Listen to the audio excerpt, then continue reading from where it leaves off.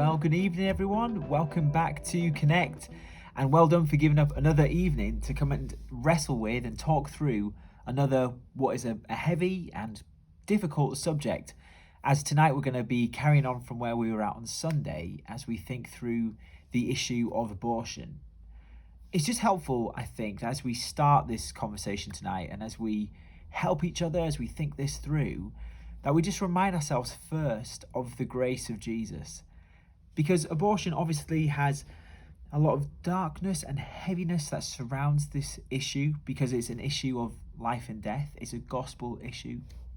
And so it's helpful for us to remind ourselves that this issue isn't so dark that the limitless light of Jesus cannot shine and reveal to us the reality of the gospel, the hope of the gospel that we profess as believers in Jesus.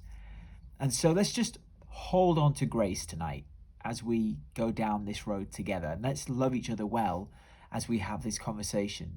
But just to recap a little bit of what we were thinking through on Sunday, we were talking about how there are at least three, there are a lot small, but there are at least three doctrines or teachings in the Bible that help to reveal to us the reality of abortion, that abortion is not God's design for humanity, that abortion is sinful. And so the first doctrine we looked at was the fact that we are made in the image of God. Every man, every woman, every child, every baby in the womb is made in God's image and made to reflect something of who God is and to enjoy life with him. Image of God. Second one was glory of God.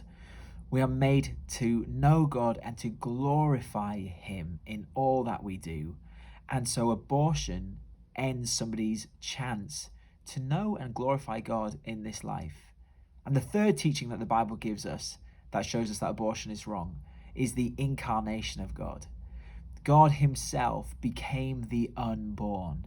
And therefore that shows to us, reveals to us that the unborn, that life in the womb is full human life. Remember, we saw that picture of Elizabeth pregnant with John the Baptist and Mary pregnant with Jesus, and the interaction of those two women and the babies in their wombs, and how John the Baptist leaps for joy in the presence of tiny, tiny, tiny Jesus. So that shows to us three main teachings that help us see that abortion is wrong.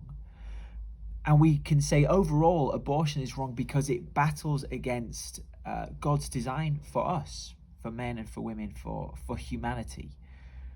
So what we're going to do tonight, though, is we probably largely agree with all of that. You know, if we're a Christian, we go, yep, I agree with you, Malk.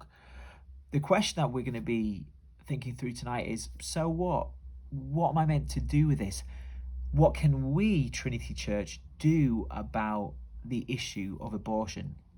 We briefly touched on it on Sunday, but we'd love to give it more time tonight. The three things that we see in Jesus that we as followers of Jesus can emulate and follow him in. And the first one is patience. So we know that in 2 Peter chapter 3, we are reminded that God is full of patience towards us, and we should be thankful that he is. He is full of patience towards sinners. And we, as followers of Jesus, we want to show that same kind of patience to people around us in all areas, but also on this topic of abortion.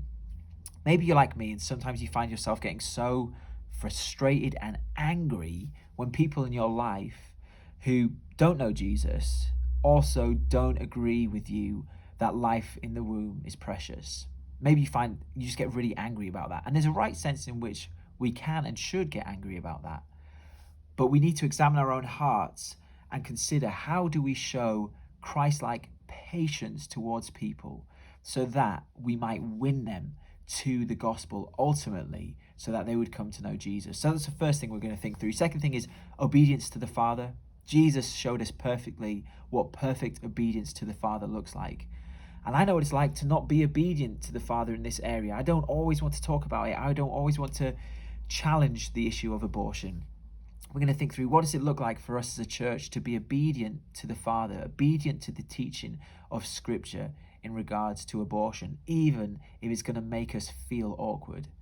And the third thing is Jesus shows us perfect, costly love. The love of Jesus went further than we could ever imagine, through death and into life.